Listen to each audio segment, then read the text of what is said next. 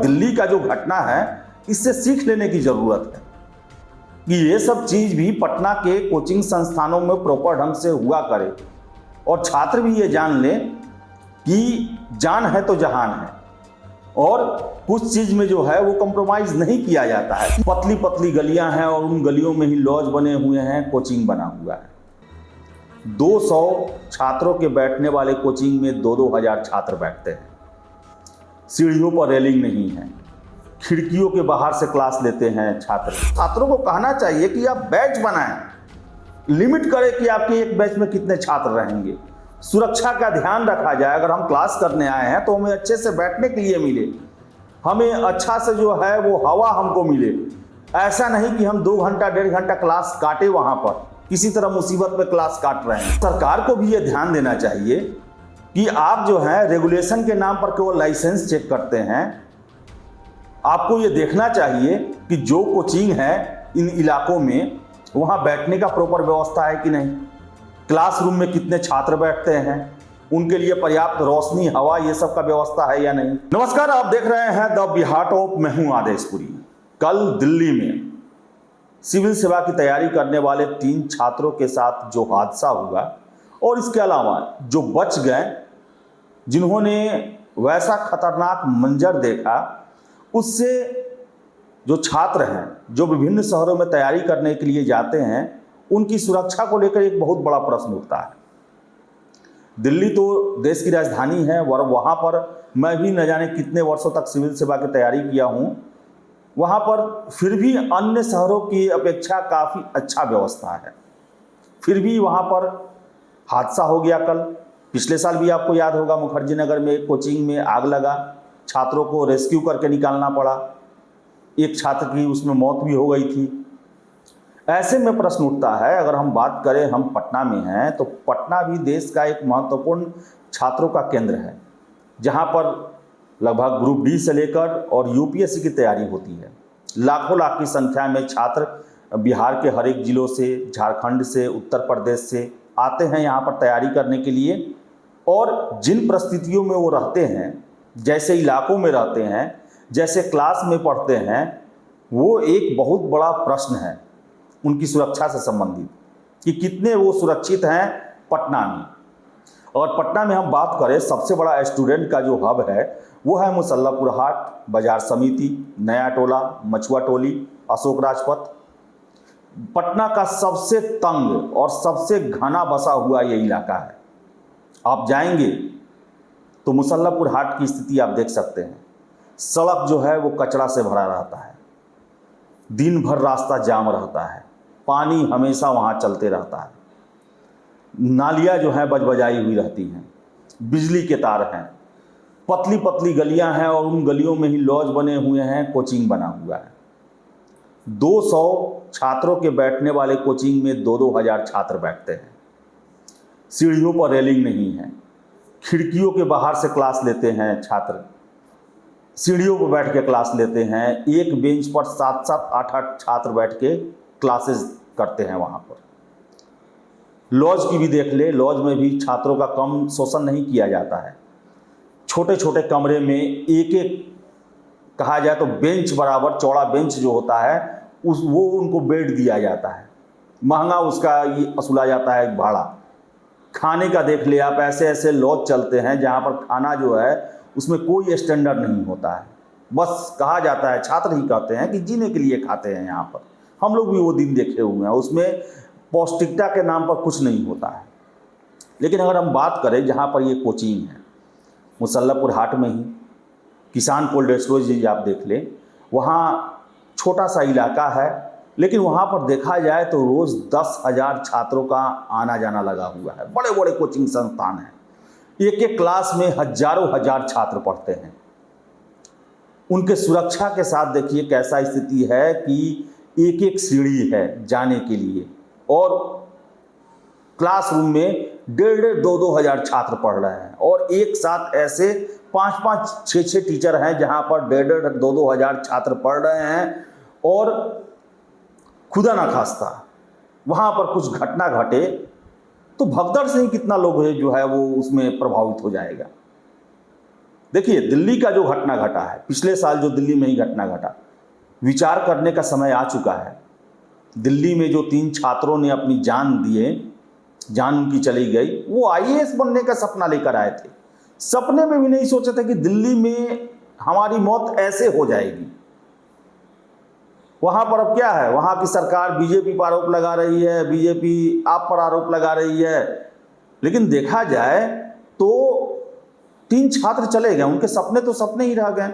उनके घर वाले बताइए कितना उन्हें अफसोस हो रहा होगा कि दिल्ली भेजे एक बेटा आईएएस बनेगा, और उनके मन में अगर ये अफसोस हो रहा होगा कि काश हम नहीं भेजे रहते। और गलती किसका था? छात्र का था भी नहीं, वो तो अपनी लाइब्रेरी में पढ़ाई कर रहे थे, लेकिन व्यवस्था गलत था, सुरक्षा पर देखा नहीं गया। वहाँ हमेशा जो है जल जमाव होता था, सीवर का पानी जो है वो ओवरफ्लो करके उसमें घुस गया। वैसे ही हालात पटना में बहुत जगह है। पटना में आप देख लें, जो छात्र देख रहे होंगे, जो इलाका में रहते होंगे या रहे होंगे, उनको पता है कि किसी चीज का ध्यान नहीं दिया जाता है। छात्र भी जो हैं वो शिक्षकों के पास कम पैसे के लिए, अब यहाँ पर क्या है कि आप एक बार एडमिशन ले लें, जिस क्लास में मन हो उस क्लास में पढ़ सकते हैं।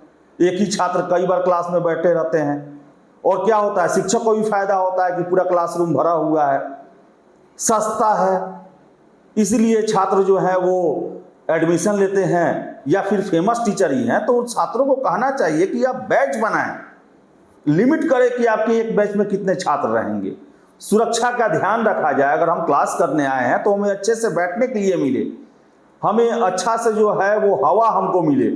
ऐसा नहीं कि हम 2 घंटा 1.5 घंटा क्लास काटे, वहाँ पर किसी तरह मुसीबत में क्लास काट रहे हैं।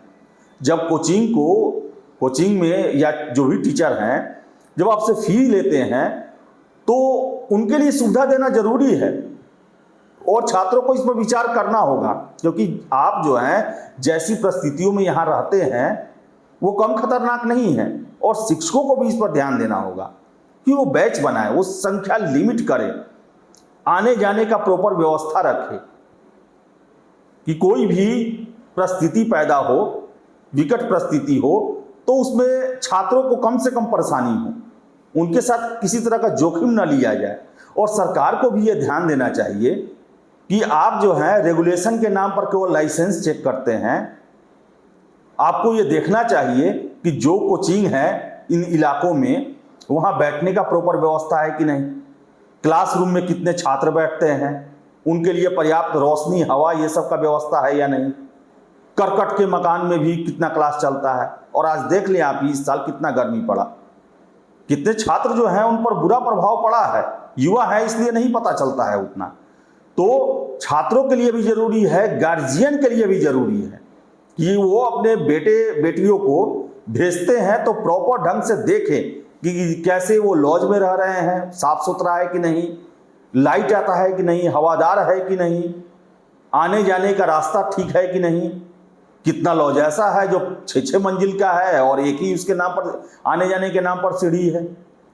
भूकंप भी आता है, 2015 में जैसा भूकंप आया था वैसा भूकंप ही आता है, तो आप समझ सकते हैं कि क्या क्या स्थिति होगा। पुराने मकानों में क्लासेस चलते हैं, जिस क्लास में 200 छात्र होना चाहिए वहां पर 2-2 हजार छात्र को बैठाया जाता है।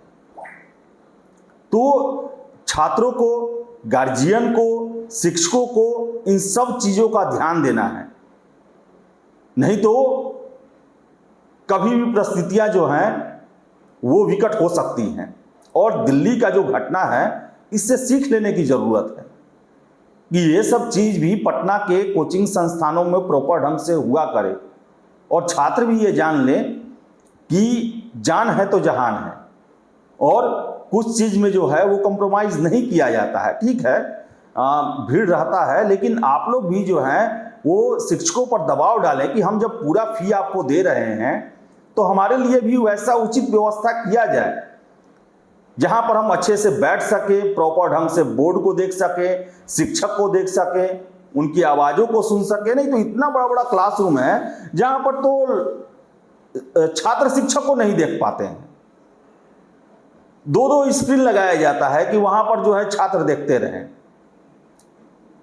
तो सस्ता के चक्कर में ऐसा ना हो कि कुछ हो जाए, प्रॉब्लम आ जाए। इसलिए ज़रूरी है कि जितना भी फी हो, अगर आप दे रहे हैं तो कम से कम ये बेसिक सुविधा जो है वो आपके लिए ज़रूरी है। और सरकार भी प्रोविज़न की है, भले जांच हो या ना हो, लेकिन सरकार जो रजिस्ट्रेशन होता है उनके लिए गाइडलाइन है कोचिंग वालों के लिए कि आपको कितने क्लासरूम है, कितने क्लासरूम में आप बच्चे रखते हैं, उनके लिए पानी का व्यवस्था, रोशनी का व्यवस्था, आने जाने का जो ये है, फायर सर्विस जो है वो सही है कि नहीं है, इलेक्ट्रिसिटी का जो है वो सारा चीज़ प्रॉपर लगा हुआ है या नहीं है, ये सारा चीज़ ध्यान रखना है। सरकार का भी गाइडलाइन है, भले ही सरकार यहाँ पर ना जांच करे, लेकिन ये फर्ज है कि छात्र भी इस पर ध्यान दे और शिक्षक भी इस पर ध्यान दे, ताकि ऐसा घटना जो है वो पटना में ना घटे कम से कम।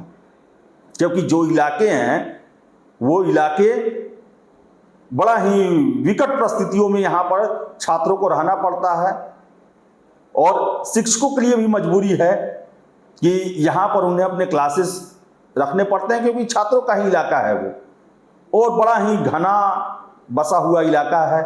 तो यहाँ पर जो है हर एक शिक्षक चाहें और छात्र चाहें तो दोनों मिलकर जो है कोचिंग में जो व्यवस्थाएं जो हैं उनको अच्छा सुचारू बना सकते हैं, और ये प्राथमिकताओं में है अब, क्योंकि कोई भी घटना होता है उससे सीख लेना चाहिए। कोरोना का ही देख लिया आप काल, चाइना में आया, दूसरे देश में फैलना शुरू हुआ, तो आखिर पूरे देश में लॉकडाउन लगाया गया ना। कुछ ही शहरों में देश के आया था, लेकिन पूरे देश में लॉकडाउन लगा दिया है। क्यों? क्योंकि कोई भी घटना से सीख लिया जाता है, और यही वजह है लॉकडाउन के कारण ही देश में उतना ज़्यादा क्षति नहीं हुआ जितना पश्चिमी देशों में हुआ। तो दिल्ली का घटना घटा है, उससे सीख लेने की ज़रूरत है। हर एक छात्रों को अपने सेफ्टी पर ध्यान देना है, और ये शिक्षक और छात्र मिलकर ही तय करेंगे कि हम ऐसा एक परिवेश, माहौल को बनाएं जिसमें ऐसा अप्रिय घटना पटना में ना हो सके। तो फिलहाल इस वीडियो में इतना ही। वीडियो पसंद आए लाइक शेयर करें, हमारे चैनल द बिहार टॉप को सब्सक्राइब जरूर कर लें। धन्यवाद।